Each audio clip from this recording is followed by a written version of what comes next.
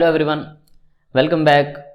आज हमारी react JS की 13 क्लास है जिसमें हम मज़ीद रिएक्ट के बारे में पढ़ेंगे। आज की इस क्लास में हम पढ़ेंगे रिएक्ट कंडीशनल हैंडलिंग। रिएक्ट में कंडीशनल हैंडलिंग क्या होती है, उसको किस तरह इस्तेमाल किया जाता है। उसके बाद हम जो है ना रिएक्ट की एक एग्जांपल्स करेंगे विद जो है ना कंडीशनल हैंडलिंग के ऊपर। तो यहाँ पर थोड़ा सा मैं आपको इंट्रो दे देता हूँ कि कंडीशनल हैंडलिंग होती क्या है। बेसिकली जो हम इफ़ एल्स प्रोग्रामिंग के अंदर इस्तेमाल करते हैं, जो कंडीशंस इस्तेमाल करते हैं, उसको हम बेसिकली कंडीशनल हैंडलिंग कहते हैं। लाइक इफ़ स्टेटमेंट हो गई, एल्स स्टेटमेंट हो गई, तो उसके ऊपर जो कंडीशंस इम्प्लीमेंट होती हैं उसको हम कंडीशनल लाइक स्टेटमेंट भी कह सकते हैं या कंडीशनल हैंडलिंग भी कहते हैं। तो यहाँ पर जब हम इसको जो है ना शॉर्ट फॉर्म में इस्तेमाल करते हैं, ठीक है, तो फिर उसको हम कहते हैं टर्नरी ऑपरेटर। तो जल्दी से चलते हैं लैपटॉप की स्क्रीन पर और कुछ प्रैक्टिकल करके देखते हैं। सकते हैं कि हम आ गए अपने लैपटॉप की स्क्रीन के ऊपर। फ़िलहाल जो हमारी स्क्रीन है, ये जो हमारे प्रोजेक्ट का पेज है वो बिल्कुल एम्प्टी है। तो कंडीशनल हैंडलिंग को करते हैं स्टार्ट। चलते हैं अपने कोड एडिटर के ऊपर। तो सबसे पहले हम यहाँ पर एक कंपोनेंट बनाएंगे। तो अब हम थोड़ा सा ना कुछ अलग अलग से फाइल्स बना के, अलग अलग से कंपोनेंट्स बना के जो है ना काम करेंगे, ताकि आप लोगों को कुछ कंपोनेंट्स बनाने का प्रैक्टिकल आइडिया हो। सबसे पहले मैं कंपोनेंट बनाता हूँ सोर्स फोल्डर के अंदर, जिसका नाम रख देते हैं कंडीशनल डॉट जेएस। ठीक है, तो हमने यहाँ पर एक कंपोनेंट बनाया जिसका नाम हमने कंडीशनल रखा। और फिर उसी तरह जिस तरह कंपोनेंट्स के अंदर हम फंक्शन बनाते हैं, फंक्शन कंडीशनल। ठीक हो गया। तो ये हमारा क्या हो गया, एक फंक्शन हम बना रहे हैं, फंक्शन बन गया। तो इसके अंदर अब हम क्या करते हैं, सिंपल हम रिटर्न कर देते हैं। रिटर्न करने के बाद इस तरह कर्ली ब्रैकेट्स, स्मॉल ब्रैकेट्स लगाते हैं। तो यहाँ पर हम एक h1 टैग लगा के उसमें लिख देते हैं कंडीशनल हैंडलिंग। ठीक हो गया। तो सेम उसी तरह जिस तरह हम कंपोनेंट में करते हैं, एक्सपोर्ट डिफ़ॉल्ट, और यहाँ पर हम जो है ना फंक्शन को एक्सपोर्ट कर देते हैं। एक्सपोर्ट करने के बाद हम चलते हैं इंडेक्स डॉट जेएस के ऊपर। तो हम यहाँ पर इसको करते हैं इंपोर्ट। ठीक है,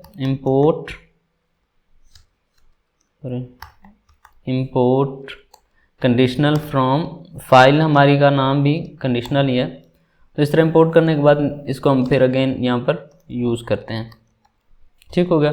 अब चलते हैं अपने हम ब्राउज़र के ऊपर। तो देखेंगे कि हमारे पास जो है ना हेडिंग में h1 के अंदर कंडीशनल हैंडलिंग आ रहा होगा। ठीक है, हमने जो है ना अपना कंपोनेंट सक्सेसफुली बना लिया, उसके अंदर फंक्शन भी बना लिया। तो अब हम कंडीशनल हैंडलिंग का ना कुछ देखते हैं।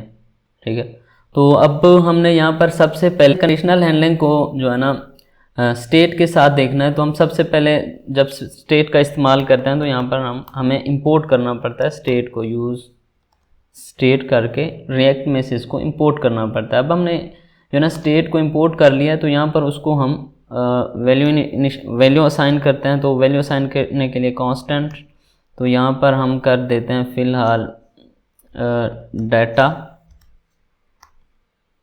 डाटा करने के बाद इसके बाद कर देते हैं सेट डाटा। या अपने पिछले जो यूज स्टेट वाला लेक्चर है उसमें हमने ये चीज़ें की थी। अगर आप लोगों को नहीं समझ आ रहा तो वो जाके लेक्चर पहले देख लें, फिर इस लेक्चर को जो इस क्लास को स्टार्ट करें। यूज स्टेट के अंदर हम फिलहाल कोई वैल्यू असाइन कर देते हैं, क्या करते हैं फॉल्स। ठीक है, फॉल्स असाइन कर देते हैं।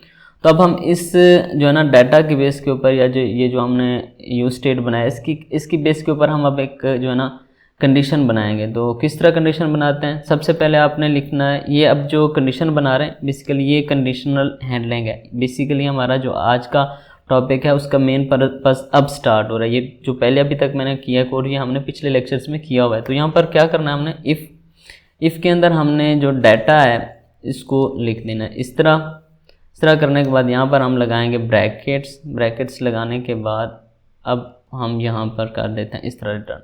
तो चलते हैं हम अपने लैपटॉप की स्क्रीन के ऊपर और ब्राउज़र के ऊपर, तो देखते हैं क्या हमारे पास आ रहा है रिज़ल्ट। तो ये देखिए हमारे पास ये स्क्रीन एम्प्टी हो गई है। उसकी रीज़न ये है कि हमने यहाँ पर जो यूज स्टेट में वैल्यू पास किया वो है फॉल्स। अब अगर हम इसको ट्रू करते हैं तो देखते हैं क्या आता है। तो अब जब हमने उसको ट्रू किया तो आप देख सकते हैं कि हमारे पास जो वैल्यूज़ है वो दोबारा शो हो रही हैं। तो इट्स मीन्स कि हमने जो कंडीशन लिखी वो बिल्कुल ठीक ठाक वर्क कर रही है। मीन्स अगर यहाँ पर आप फॉल्स करेंगे तो ये वाले जो डाटा है ये शो नहीं होगा, अगर ट्रू करेंगे तो फिर ये शो होगा।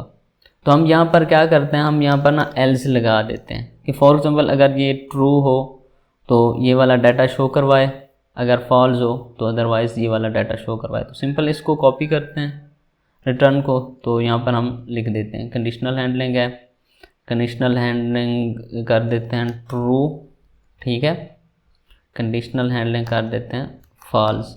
तो अब हमने यहाँ पर देखना है, तो इसको कर देते हैं फॉल्स। तो रिज़ल्ट हमारे पास क्या आता है, ब्राउज़र पे देखते हैं। तो ये देखें हमारे पास जो अभी कंडीशनल हैंडलिंग आ रही है वो आ रही है फॉल्स। इट्स मीन्स कि अब हमारे पास जो कंडीशन चल रही है वो एल्स वाली चल रही है, क्योंकि यहाँ पर जो हमने वैल्यू असाइन की है वो फॉल्स वाली असाइन की हैं। तो इसी तरह अगर हम इसको दोबारा ट्रू करके देखें तो हमारे पास जो है ना ये वाले कंडीशन जो है ना रन करेगी। ये देखिए ठीक हो गया। कंडीशनल हैंडलिंग का एक वे है, लेकिन ये ज़्यादा इस्तेमाल नहीं किया जाता। आप इस तरह भी कर सकते हैं, लेकिन अगर अपने एफिशिएंट तरीके से करना है तो वो अब मैं आपको बताने लगा हूँ, जिसको हम आगे लेके चलेंगे। इसको हम स्किप कर देंगे, ये समझाने के लिए मैंने आपको किया, आप इसको यूज़ भी इस्तेमाल कर सकते हैं। तो अब हम क्या करते हैं, अब हम यहाँ से रिटर्न को कॉपी कर लेते हैं और जो अभी तक कोड लिखा है सारा उसको कर देते हैं रिमूव। ठीक हो गया। रिमूव करने के बाद अब हम यहाँ पर जो है ना लिखते हैं कुछ जो एफिशिएंसी के साथ कोड लिखना है वो लिखते हैं। ठीक हो गया। तो हम यहाँ पर जो है ना कोड रिटर्न अपना दोबारा उसी तरह से हम लिख देते हैं जिस तरह हम कंपोनेंट्स के अंदर लिखते हैं। तो H1 को फिलहाल कट कर लेते हैं। तो यहाँ पर हमने सबसे पहले डालनी है करली ब्रैकेट्स डालने के बाद यहाँ पर हमने लिखना है लाइक डाटा जो है ना, डाटा लिखने के बाद यहाँ पर हम लगाएंगे क्वेश्चन मार्क जो है ना लगाने के बाद हमने यहाँ पर जो है ना अपना जो वैल्यू असाइन करनी है कंडीशन में वो लिखेंगे। ठीक हो गया। तो अब हम यहाँ पर कुछ इस तरह से लिख देते हैं कि लाइक प्रोफाइल 1। ठीक हो गया। तो यहाँ पर हम डबल डॉट लगाएंगे और यहाँ पर हम अगेन लिख देंगे लाइक प्रोफाइल 2। ठीक हो गया। तो हमारे पास फ़िलहाल ये देख रहे हैं कि जो एरर आ रहा है, बेसिकली आपको याद होगा कि मैंने JSX वाले लेक्चर में बताया था, क्लास में बताया था कि जो हम जब मल्टीपल टैग्स यूज़ करते हैं तो हमें एक रैपर बनाना पड़ता है। तो यहाँ पर हम एक रैपर बनाएंगे डिव। ठीक है, डिव को जब रैपर बनाएंगे तो ये जो एरर है ये बिल्कुल हम गायब ही हो जाएगा। तो अब हम चलते हैं अपने ब्राउज़र पर, देखते हैं। तो आप देख सकते हैं कि इस टाइम हमारे पास जो है ना प्रोफाइल 1 आ रहा है। तो ये अब हमने क्या किया, जो है ना टर्नरी ऑपरेटर इस्तेमाल किया, शॉर्ट फॉर्म में लिखा है, इसको टर्नरी ऑपरेटर कहते हैं। ठीक है। तो अब मैं अगर इसको कर दूं फॉल्स तो आप देखेंगे कि हमारे पास जो है ना प्रोफाइल 2 आ रही होगी। तो इस तरह आप इसको शॉर्ट फॉर्म में भी लिख सकते हैं। अब फॉर एग्ज़ाम्पल आपने इसको मल्टीपल कंडीशंस लगानी हो, फॉर एग्ज़ाम्पल आपने करना हो कि अगर लाइक वैल्यू 1 हो तो ये वाला डाटा शो होना चाहिए, वैल्यू 2 हो तो ये वाला होना चाहिए, वैल्यू 3 हो तो ये वाला होना चाहिए। तो सबसे पहले हम क्या करते हैं, यहाँ पर कर देते हैं 1। ठीक है, 1 करने के बाद ज़्यादा काम नहीं करना, यहाँ पर इस तरह हम डबल इक्वल लगा देंगे। डबल इक्वल लगाने के बाद यहाँ पर आप कोई वैल्यू असाइन कर देंगे। ठीक है, फॉर एग्जाम्पल मैंने यहाँ पर 1 लिख दिया। तो इसके बाद मैं यहाँ पर ये कंडीशन लगा रहा हूँ कि डाटा में अगर वैल्यू 1 हो तो लाइक प्रोफाइल 1 होनी चाहिए, अगर डाटा में वैल्यू 2 हो तो प्रोफाइल 2 होनी चाहिए, इसी तरह 3 हो तो 3 होनी चाहिए। तो इसको अगेन हम यहाँ से कॉपी करके सिंपल क्या करते हैं, यहाँ पर इसको हम पुट कर देते हैं इस तरह। ठीक हो गया। सेम बिल्कुल इसी तरह आने के बाद यहाँ पर हम कर देंगे 2 करने के बाद लास्ट के ऊपर हम लाइक इस तरह डबल डॉट लगाएंगे। डबल डॉट लगाने के बाद यहाँ पर हम जो है ना लगा देते हैं H1 प्रोफाइल 3।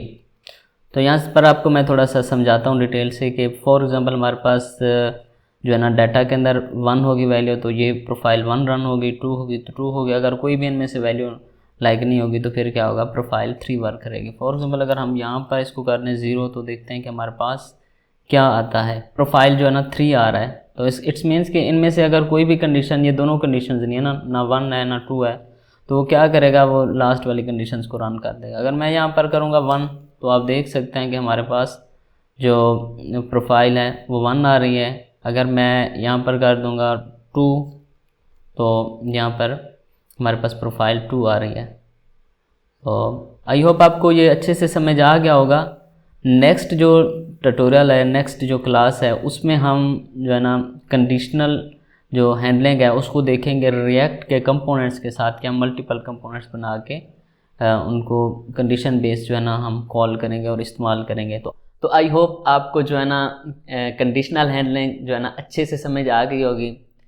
अगर आपको मेरी इन वीडियोस से कोई फ़ायदा मिल रहा है या कुछ सीखने को मिल रहा है तो आप सबसे मेरी रिक्वेस्ट है कि आप मेरे इस चैनल को सब्सक्राइब कर दें, बेल आइकन को प्रेस कर दें और वीडियोस को लाइक भी कर दें, शेयर भी कर दें और कमेंट ज़रूर कीजिएगा। कोई भी इशू है तो आप कमेंट बॉक्स में आके मुझसे पूछ सकते हैं, मैं आपको गाइड करूँगा। आज के लिए इतना ही, मिलते हैं नेक्स्ट वीडियो में। आप अपना ख्याल रखें, बाय।